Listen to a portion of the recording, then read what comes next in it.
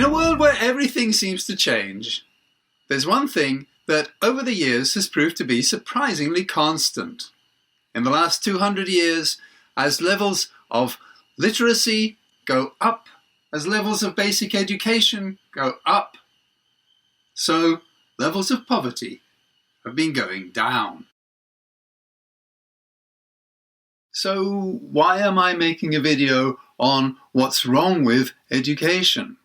Surely, if the rise in education is connected with a drop in poverty, that's got to be a good thing.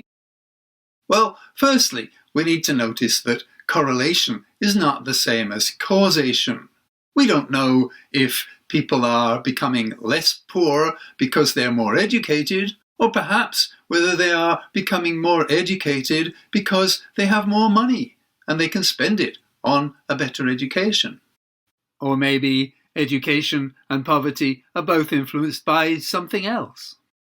And we should notice that these graphs are focusing on the bottom level of the scale, on extreme poverty and basic education and literacy. It seems fairly obvious that these kinds of basic skills are a necessity for survival in today's world, but even at this basic level, things don't always work as they're supposed to. The schools set up for poor children in the 19th century obviously made a huge difference, but at the same time, they were not free of abuses. One has only to turn to the pages of novels such as Charlotte Bronte's Jane Eyre, based on the author's own experiences as a schoolgirl, or Charles Dickens's Nicholas Nickleby, which resulted from his research into some of these schools, to see the deprivation and cruelty that went on in the name of education. In Charlotte Bronte's novel, much of the problem centres on Mr. Brocklehurst, the school supervisor, and in Dickens's novel, the villain of the piece is Wackford Squeers, the master of Dotheboys Hall. Here's Squeers teaching a lesson. His students have to clean the windows, but he teaches them how to spell the word W-I-N-D-E-R. And they have to weed the garden, and again he teaches them the basic vocabulary. Botany. B-O-T-T-I-N-N-E-Y. And they have to look after his horse. And again he teaches them. He says a horse is a quadruped, and quadruped's Latin for beast. The teaching can never really be better than the teacher, and Squeers is a very bad teacher. Brocklehurst is essentially misguided and hypocritical, while Squeers is simply greedy and ignorant. And what about now? Are these still problems in today's educational system? Apparently, yes. As the World Bank puts it, being in school is not the same as learning. And it goes on to say, worldwide, hundreds of millions of children reach young adulthood without even the most basic skills like calculating the correct change from a transaction, reading a doctor's instructions, or understanding a bus schedule, let alone building a fulfilling career or educating their children. Those children are obviously being failed by a system that doesn't even give them an elementary education. But suppose they get that. Suppose they get the basics. Will that be enough? Or are there still likely to be problems, even then? Don't need no education.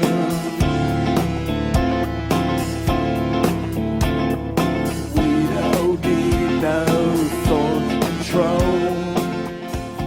There's certainly a feeling that education is not so much about opening up young people's minds to the possibilities of the future, and is more about turning them into economic units, preparing them for the workforce, conditioning them to accept what, for many, will be an unfulfilling life, serving the needs of the businesses, corporations and enterprises that make the money that, so they say, makes the world go round. What will become of their dreams? Hey, teacher, leave those kids alone. All in all, you're just another brick in the wall. Leo Tolstoy wrote about how school stupefies the children by distorting their mental faculties. It tears them away from the family during the most precious time of their development, deprives them of the happiness of freedom, and converts the child into a jaded, crushed being wearing an expression of fatigue, fear, and ennui. To be fair, he was talking about one particular school. He didn't think that all schools were like that. But how many people, even today, can recognise their school in those words? What effect has your education had on you? Here's a simple test. Take a look at these shapes. Which one do you think is different from all the others? It's okay. Pause the video. Take your time. Which one is different? Here's what a 3-year-old would say. That's right. They'd say it every time. They're all different. Let's try another one. What's this? Yeah, again, pause the video for as long as you want. What's this? I'll bet you didn't pause the video at all, did you? Why would you? It's just a dart. But did you ever think that it was the moon at night? Or a distant planet? Or maybe that's not a planet, maybe it's a golf ball. Oh, I know, an owl winking in the dark. A typical 3-year-old will answer that shapes question pretty much instantly and might spend about 20 minutes playing around with the dot. But by the time they get to secondary school, most children will be spending far more time on the shapes, and they'll dismiss the dot out of hand. They've gained in practical knowledge of the world, perhaps, but they're less imaginative, less creative, less curious. But there are reasons for this.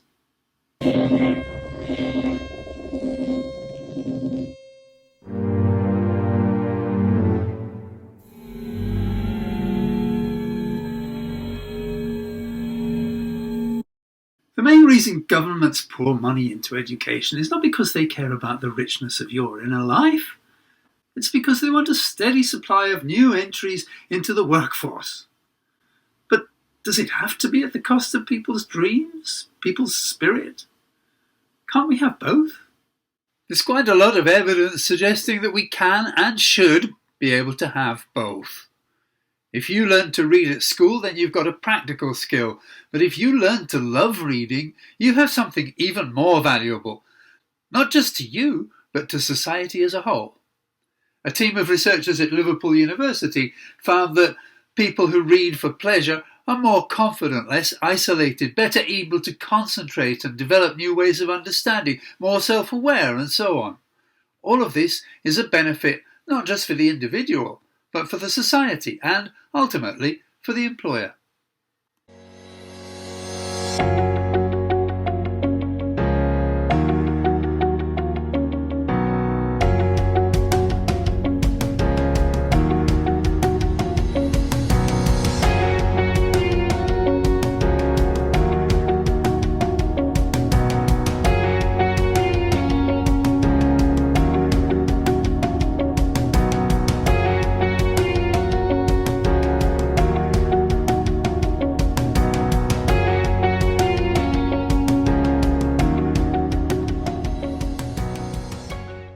I think we can all see how it should work.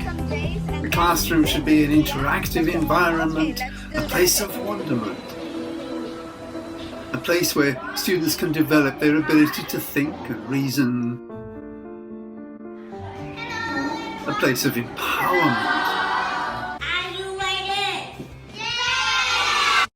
So why is it so often not like that? Well, a large part of the answer, not all of it, but a lot of it, can be summed up in one word: tests. Teachers say, oh, we don't have time to develop students' cognitive powers, to feed their curiosity, to make classes fun, because we have to prepare for the next test. And the test, more often than not, is a measure of memory, not of understanding. And 3 weeks after the test, most students will have forgotten everything they memorized because they have to think about the next test and the next one after that.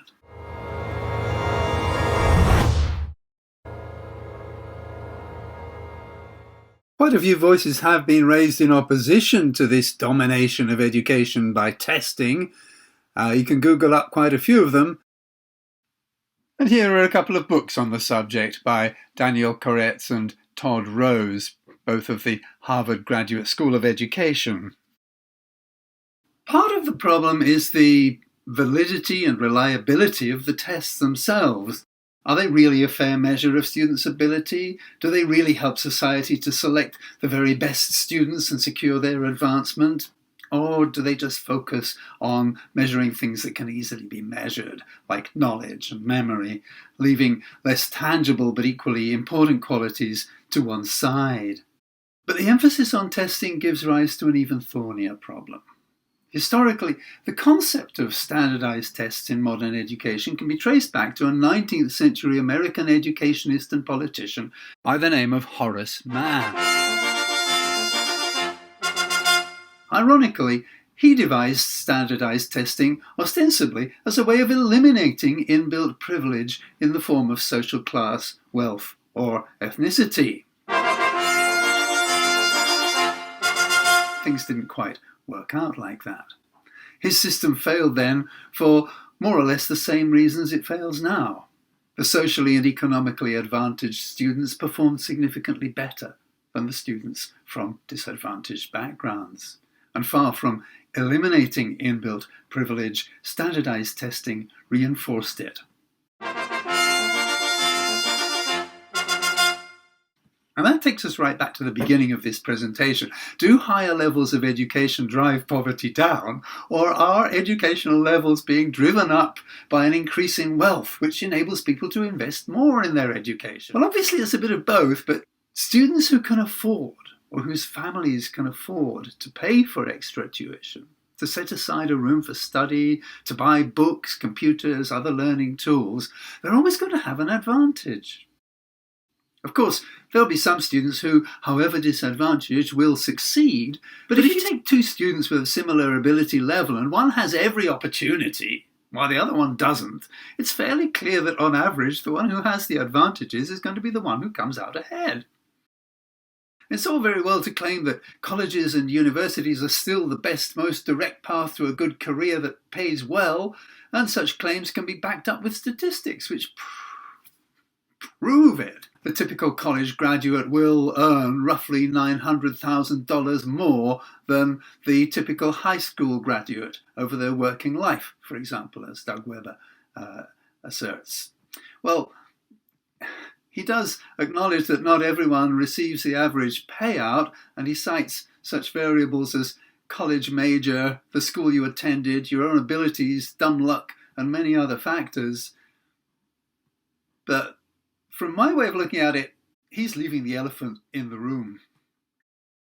How many of those high-earning college graduates have high-earning college graduate parents? How many grew up with all those benefits of tutors, study rooms, shelves full of books and so forth that helped to pave their way to college?